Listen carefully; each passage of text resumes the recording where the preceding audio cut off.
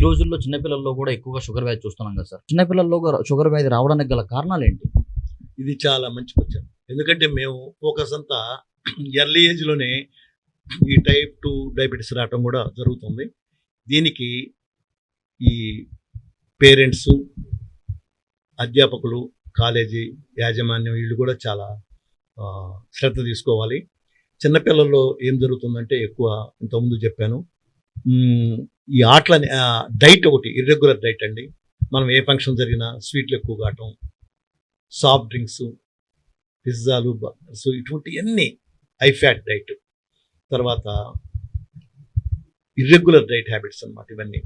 Fruits అనేది తగ్గిపోతాం తినటం, vegetables తగ్గటం, ఇది కాకుండా ఆయిల్ ఫుడ్ ఎక్కువ తీసుకోవటం, ఇదొకటి డైట్ ఒకటి. అది ఎక్కువగా తల్లిదండ్రుల మీద ఆధారపడి ఉందండి. ఐస్ క్రీములు ఇవన్నీ అవాయిడ్ చేయాలి చిన్నపిల్లల్లో. అలానే ల్యాక్ ఆఫ్ ఎక్సర్సైజ్. ఈ ల్యాక్ ఆఫ్ ఎక్సర్సైజ్ అంటే నేను ఇంతకుముందే చెప్పాను, ఆటలు అనేది పోయింది. ఆటలు లేకుండా చెడు స్టడీ అవర్స్ అంటాం. ఇంటికి వచ్చి అక్కడ ఇప్పుడు కొన్ని కాలేజీల్లో ప్లే గ్రౌండ్స్ కూడా లేవు, ఓన్లీ రూమ్స్.